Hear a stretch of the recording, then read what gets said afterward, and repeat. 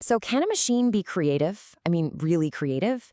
Can it do more than just crunch numbers and actually learn to write poetry in the style of a genius like William Shakespeare? Well, today, we're going to pull back the curtain and see exactly how it's done.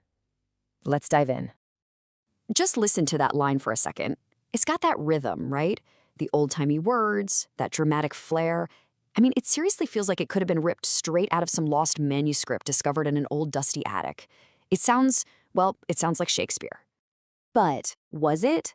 That is the question. Could Shakespeare himself have written this? Or is this the work of some modern digital apprentice? What do you think? The real deal or a really good fake? Yep, you guessed it. A machine wrote that. And here's the crazy part. It didn't just copy and paste some words together. It actually learned the essence of Shakespeare's style. The pacing, the vocabulary, the whole vibe. And then it generated something totally new. So how on earth is that even possible? Let's get into the mechanics. The secret sauce behind our digital playwright here is a special kind of AI called a long short-term memory network, or LSTM for short. And like the name suggests, its real superpower is its memory. It has this incredible ability to remember context, kind of like we do. So what exactly is an LSTM? Well, think about older AI models that had, frankly, a terrible memory. They'd read a long story, and by the end, they would have completely forgotten who the main character was from the beginning. LSTMs fix that. They're specifically built to hold on to important information over really long stretches, which makes them absolutely perfect for understanding things like language, plot, and style. Probably the best way to wrap your head around this is to imagine the AI as this incredibly dedicated student. And this student has only one goal in life: to learn how to write exactly like Shakespeare. But to do that, it needs a pretty special way of studying. So how does our AI student think? It uses this really clever system of internal gates.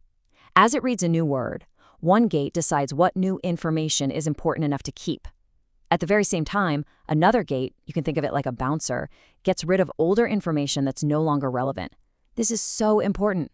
It's how the AI remembers that, say, Romeo loves Juliet throughout the entire play, while forgetting some minor detail from Act 1. And finally, a third gate uses that carefully selected memory to predict what the very next letter should be. Okay, so we've got our student, this LSTM model with a fantastic memory. But even a genius student needs textbooks and a study plan, right? So now let's look at how we actually give this AI its education. The process breaks down into 4 key steps. First, we give it the library. We digitize all of Shakespeare's works and turn them into simple, clean data.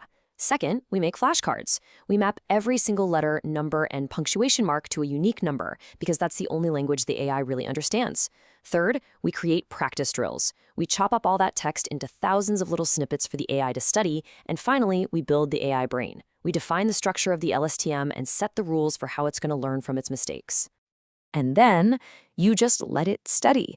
The AI reads the complete works of Shakespeare again and again and again, sometimes for thousands of repetitions.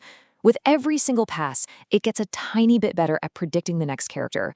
And what's really crucial here is that it's not just memorizing the text, it's actually learning the hidden patterns, the rhythm, and the vocabulary that makes Shakespeare, well, sound like Shakespeare. All right, after all that intense training, our student is finally ready for its final exam. It's time to put it to the test and see if it can actually write something brand new in the style of its master. It's showtime. Now, we can't just expect it to start writing from a completely blank page. We need to give it a little nudge, a starting point to get those creative gears turning. We call this a seed phrase. Let's use a classic. Shall I compare thee?